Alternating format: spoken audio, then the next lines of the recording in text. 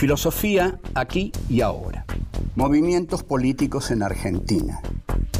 La ilusión en el progreso histórico era la bandera fundamental de la izquierda política. Sí, que se rompa, pero que no se doble. Querían pobres sometidos y tienen, en cambio, anarquistas combativos. Los hijos de la llamada chusma inmigratoria exigían ahora educarse, necesitan hacerse a sí mismos. La conciencia política de los militantes aparece en la praxis. Eva Perón es una construcción de Eva Perón. El tercer mundo es el que iba a encabezar la lucha contra la opresión. Cortar de un solo tajo la cabeza de la víbora marxista. Que vengan los capitales de todo el mundo sin condiciones de ningún tipo. Develar cómo fueron los movimientos políticos que dieron forma a este país que hoy tenemos. El plan económico de Martínez de Hoz. 1. Dirigismo y liberalismo. 2. Filosofía liberal. 3. Las medidas del terror. 4. La plata dulce. 1. Dirigismo y liberalismo. Vamos a hablar hoy de un economista que pertenece al riñón más profundo del establishment argentino y que como tal se desempeñó durante la dictadura de Jorge Rafael Videla, la Junta y todos los civiles que lo apoyaron. Porque Martínez de Hoz es un civil y detrás de Martínez de Hoz había muchos civiles. Por ejemplo, Guillermo Walter Klein, que era un hombre importantísimo del esquema económico de Martínez de Hoz. ¿Qué es lo que se propone Martínez de Hoz? Bueno, lo que intentaron proponerse todos desde la caída de Perón. El gobierno de Perón era un gobierno intervencionista de Estado y el Estado intervenía en el mercado. Hasta tal punto intervenía que Perón crea el IAPI, Instituto Argentino del Intercambio, que es el encargado de comercializar los granos y los ganados y no la agricultura y la ganadería, los popes, los dueños, los reyes de los campos y de las vacas argentinas. Esto es intervención del Estado en la economía.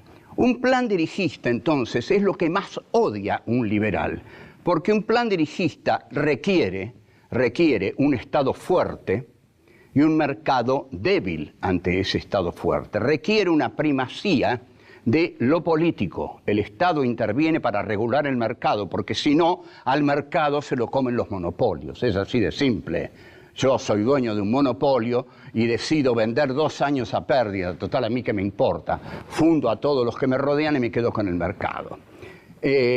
Ahora, para esto, para Milton Friedman, para Friedrich von Hayek, este plan dirigista, estatista, que está basado en el keynesianismo, es comunista, porque donde está el Estado con una intervención decidida, donde el mercado no es libre, sino que está regulado, von Hayek y Milton Friedman y los muchachos de Chicago ven la presencia del comunismo. Entonces, para esta gente, luego del Estado intervencionista de Perón, los militares necesitan consolidar una economía libre, abierta, ante todo que vengan los capitales de todo el mundo sin condiciones de ningún tipo. Es así como la Argentina comienza a endeudarse terriblemente bajo los militares. Ahora, los militares tenían una tremenda contradicción con Martínez de Hoz, porque Martínez de Hoz era un liberal y decía que era un Estado chico, y en efecto lanzó fundamentalmente desde su lugar en el esquema militar del 76, se lanzó la consigna: achicar el Estado es agrandar la nación. Mientras que el populismo diría: fortalecer el Estado es agrandar la nación, porque el Estado fuerte ayuda a los débiles. Y el Estado débil es impotente ante las economistas, ante la economía fuerte. Perón, en 1946, cuando asume con un plan populista, que es un plan keynesiano, distribucionista y estatista. Perón siempre dijo que lo mejor para desarrollar el país era aumentar los sueldos, que aumentando los sueldos la gente iba a consumir e iba a comprar. Y si la gente compraba y consumía, las industrias iban a producir. Entonces se iba a generar esa dialéctica entre la producción y el consumo. No hay otro modo de desarrollar un país, al menos según el esquema clásico de un proyecto burgués popular, digamos. Perón puede hacer esto porque tiene un gran apoyo popular y porque hay un gran retroceso de los sectores del establishment. Entonces lo hace, pero lo hace también con una política autoritaria, que es autoritaria con los poderosos, pero es tremendamente democrático con los menesterosos, porque Perón, su gobierno es democrático con los pobres y es autoritario con los ricos. Entonces, Perón considera que hay que anteponer la política a la economía, o sea, primero la política, después la economía. La economía se enfoca desde un proyecto político popular que pone la economía al servicio de los intereses del pueblo. Entonces, este esquema que termina beneficiando, por supuesto, a los sectores populares y termina perjudicando a los sectores del establishment, tiene que ser aniquilado por las políticas de derecha que Martínez de Hoz viene a representar. Desde la proscripción de Perón no hubo un solo plan liberal exitoso. Y algo más. Ningún gobierno ganó una elección democráticamente. Siempre los liberales tuvieron que ampararse en la espada o ampararse en la máscara democrática e ilegalizar a las mayorías para llegar al poder. Un gobierno con una ilegalidad democrática tan profunda como es el gobierno de Jorge Rafael Videla y Martínez de Hoz, se mantiene con un Estado represivo. Como dije, nunca los liberales, que siempre llegaron por medio de golpes de Estado, pudieron sacarse al Estado de encima. Porque si yo llego al poder con un golpe de Estado, ¿cómo me voy a sacar al Estado de encima si con el Estado me tengo que mantener en el poder? Volvemos. 2. Filosofía liberal. Martínez de Hoz anuncia por cadena nacional su plan económico. Martínez de Hoz había sido presidente de Acindar y era un hombre ligado al sector agrario, muy bien mirado por la sociedad rural. Martínez de Hoz representaba el perfil ideal para que la Argentina volviera a ser el granero del mundo. Y entonces, el plan de Martínez de Hoz se sustenta en von Hayek y Milton Friedman, en la escuela de Chicago. El planteo es, como dijimos, un Estado mínimo y la desregulación del mercado. El mercado no debe ser regulado, porque regular el mercado es antidemocrático, es la intervención del Estado en el mercado. Pero ocurre que cuando no se regula el mercado, se lo comen, los tiburones se comen a los pequeños peces. Y ahí sí el mercado, entonces, es antidemocrático, porque quedan 3, a lo sumo, que se reúnen y resuelven todo. Toda regulación para la gente de Martínez de Hoz es dirigismo, es totalitarismo. El Estado no puede meterse donde las empresas tienen que ser libres para ganar el dinero según las reglas que imponen ellas mismas, las empresas.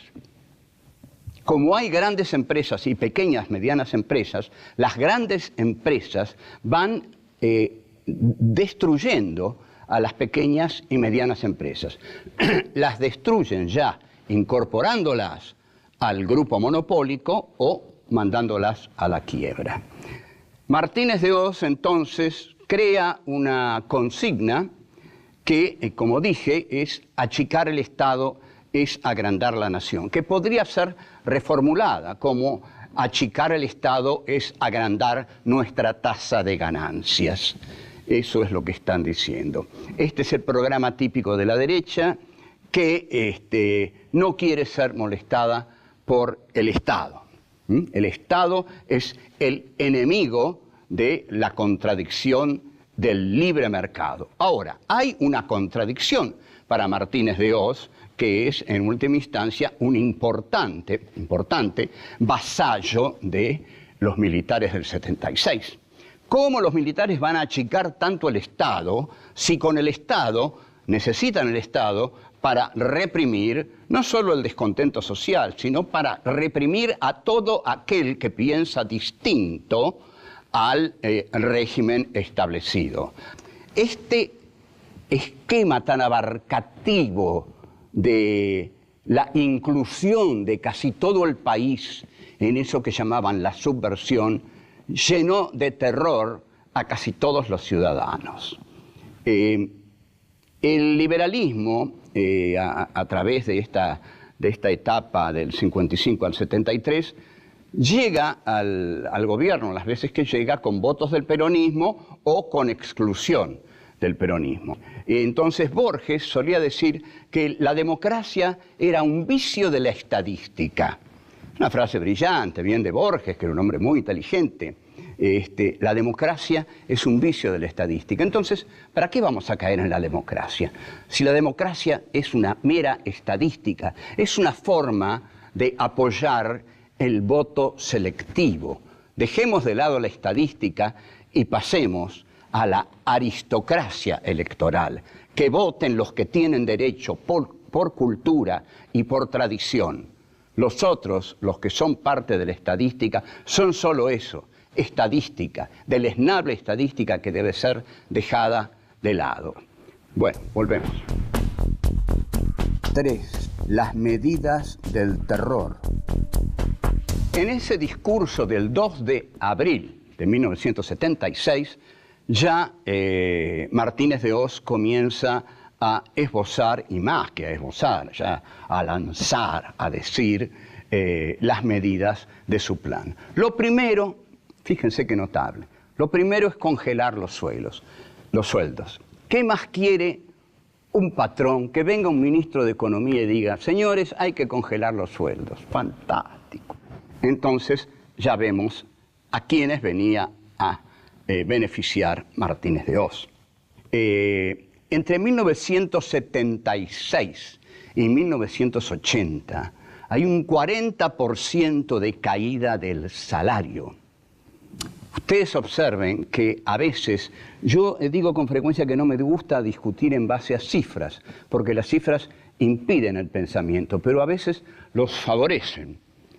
Digamos, que si el salario cae un 40% en 4 años, evidentemente este gobierno no ha venido a favorecer a quienes cobran un salario, sino que ha venido a explotarlos en nombre de la clase empresarial.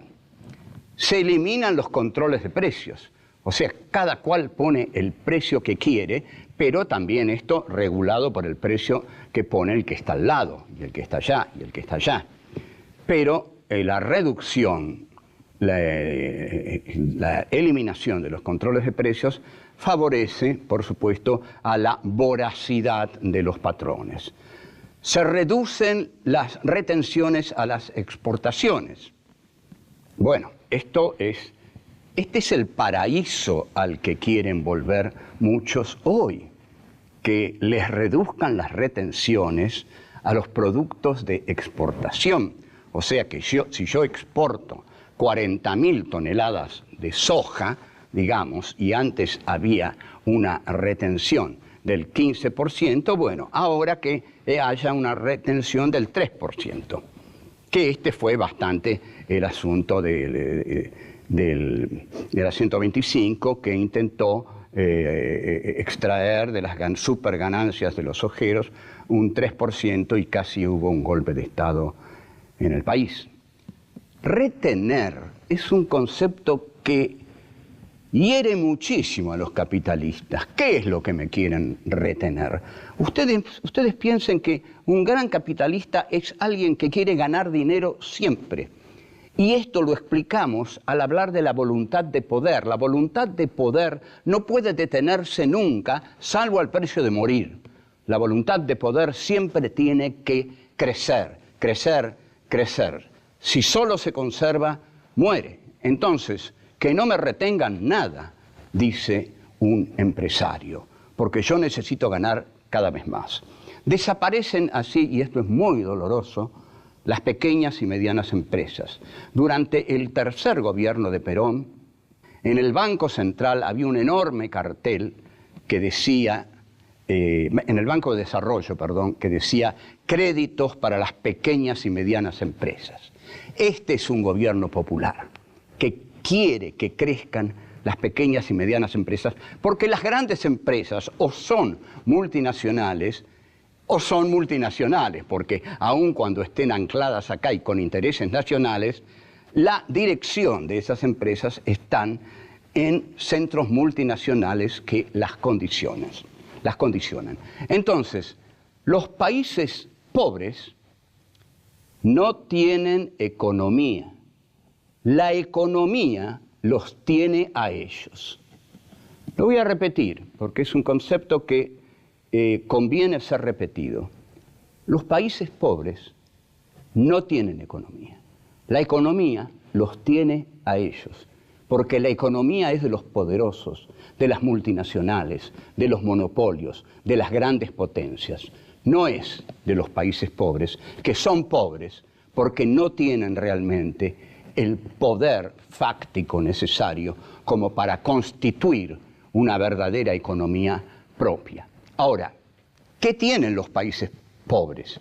Tienen la política, y desde la política se pueden oponer a los países ricos, que son en última instancia esos que forman parte del imperio. El imperio occidental capitalista hoy lo forma Estados Unidos, Gran Bretaña, Alemania y Francia. Esos poderosos países lo que quieren es entrar en los otros países para hacer sus formidables negocios. Volvemos. 4. La plata dulce. El problema que tienen los economistas de Videla es que no pueden detener la inflación. La inflación se produce porque en realidad hay una contradicción fundamental entre la economía y la política del Estado de los genocidas militares. Estos constantemente siguen rearmándose y gastando millones y millones de dólares en equipos bélicos, porque insisten en que tienen una enorme guerra interna que vencer. Entonces esto, bueno, desalienta a Martínez de Hoz y la inflación sigue. Además, los militares comienzan a tomar préstamos para los que ofrecen grandes tasas de interés. La plata entra y ahí empieza la deuda externa a crecer vertiginosamente. Surge lo que se llama entonces la tablita. La tablita consiste en devaluaciones permanentes para poder bajar la inflación. No es una gran idea. Lo que ocurre entonces, el fenómeno que comienza es que toda la industria nacional se funde, pero que para aquellos que han logrado zafar, aparece un fenómeno maravilloso que Martínez de Hoz más tarde va a reivindicar y decir, gracias a mí, los argentinos pudieron viajar. Y en efecto, los argentinos viajan a Miami sobre todo. Esta es la época de la plata dulce. película que recomiendo del año 82, retrata lo que es la plata dulce. Había mucho dinero, porque entraba mucho dinero, pero no entraba de la producción, sino que entraba de pedir a los inversores extranjeros que hicieran penetrar el dinero en la Argentina, porque la Argentina pagaba tasas excepcionales, más o menos lo que pasa con Menem y los fondos buitres, ¿no? Ahora, uno se pregunta, ¿por qué aquellos que invertían en la Argentina no se preguntaban cómo la Argentina podía pagar tan altas tasas? ¿Había realmente detrás un desarrollo nacional que pudiera pagar tan altas tasas? ¿A dónde iba ese dinero? No se lo preguntaron. Quedaron deslumbrados por las altas tasas y fueron cómplices de esa miserable maniobra financiera, tal como los fondos buitres.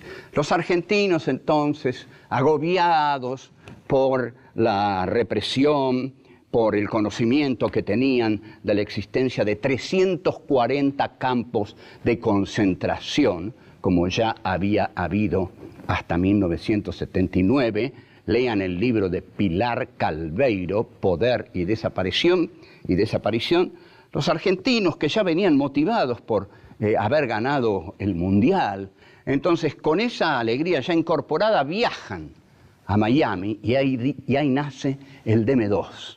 Los argentinos, en un país quebrado por la economía y quebrado por la ética, viajan y tienen tanta plata que dicen, me gusta eso, deme 2. Y el argentino queda caracterizado como el tipo del deme 2. Yo en esa época escribía en humor y caractericé a esos argentinos como el argentino taiwanés, porque se ponían montones de negocios de mercadería berreta de Taiwán y era un negocio fabuloso vender eso a los que estaban deslumbrados con esos vidriecitos de colores. Entre tanto, el país va directo al desastre, porque ningún país vive, por supuesto, importando basura. Comienzan a expulsarse, a despedirse a los empleados públicos, a los cuales muchos de ellos se les pone un sello que dice potencialmente subversivo.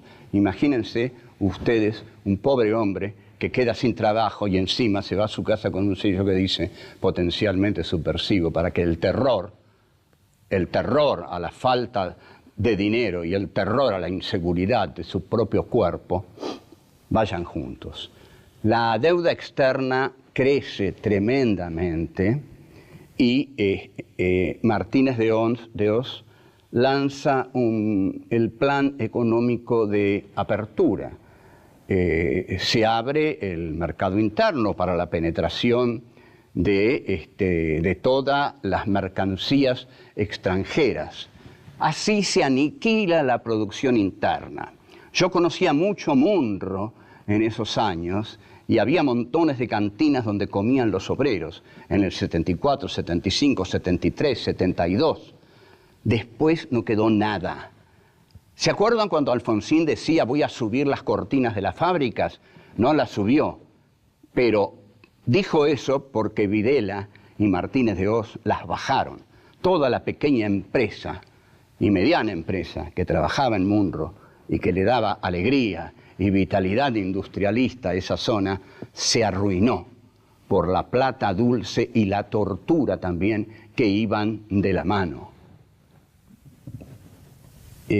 A su vez, se reducen los aranceles a las mercaderías de importación. Son todos elementos de un mismo proceso, de un mismo país que va al acaso, porque además no se veía ninguna fuerza capaz de enfrentar al terror militar. Sépanlo, y lo voy a decir, se contaban cosas tan terribles como esta. Decían, ¿saben una cosa? Se encontró un camión frigorífico con 20 cadáveres desnudos de jóvenes colgados de donde se cuelgan las reses. Y esto producía un terror tremendo en la población del cual era muy difícil salir. Le pido disculpas por haberlo contado, pero es necesario que todos sepamos hasta dónde había llegado el terror. Hasta luego. Chao.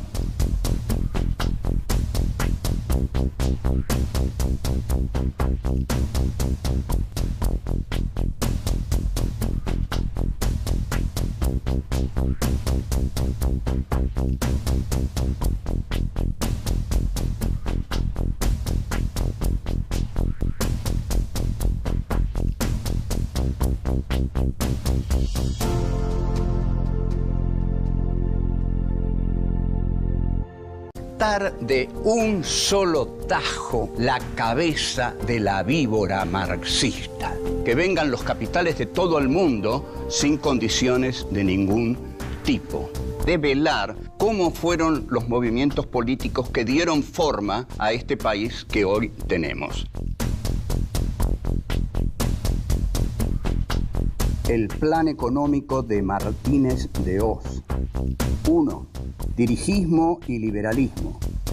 2. Filosofía liberal. 3. Las medidas del terror. 4. La plata dulce. 1. Dirigismo y liberalismo. Vamos a hablar hoy de un economista que pertenece al riñón más profundo del establishment argentino y que como tal se desempeñó durante la dictadura de Jorge Rafael Videla, la Junta y todos los civiles que lo apoyaron. Porque Martínez de Hoz es un civil y detrás de Martínez de Hoz había muchos civiles. Por ejemplo, Guillermo Walter Klein, que era un hombre importantísimo del esquema económico de Martínez de Hoz. ¿Qué es lo que se propone Martínez de Hoz? Bueno, lo que intentaron proponerse todos desde la caída de Perón. El gobierno de Perón era un gobierno intervencionista de Estado y el Estado intervenía en el mercado. Hasta tal punto intervenía que Perón crea el IAPI, Instituto Argentino del Intercambio. Todos los que me rodean y me quedo con el mercado. Ahora, para esto, para Milton Friedman, para Friedrich von Hayek, este plan dirigista, estatista, que está basado en el keynesianismo, es comunista, porque donde está el Estado con una intervención decidida, donde el mercado no es libre, sino que está regulado, von Hayek y Milton Friedman y los muchachos de Chicago ven la presencia del comunismo. Entonces, para esta gente, luego del Estado intervencionista de Perón, los militares... Filosofía aquí y ahora. Movimientos políticos en Argentina. La ilusión en el progreso histórico era la bandera fundamental de la izquierda política. Sí, que se rompa, pero que no se doble. Querían pobres sometidos y tienen, en cambio, anarquistas combativos. Los hijos de la llamada chusma inmigratoria exigían ahora educarse, necesitan hacerse a sí mismos. La conciencia política de los militantes aparece en la praxis. Eva Perón es una construcción de Eva Perón.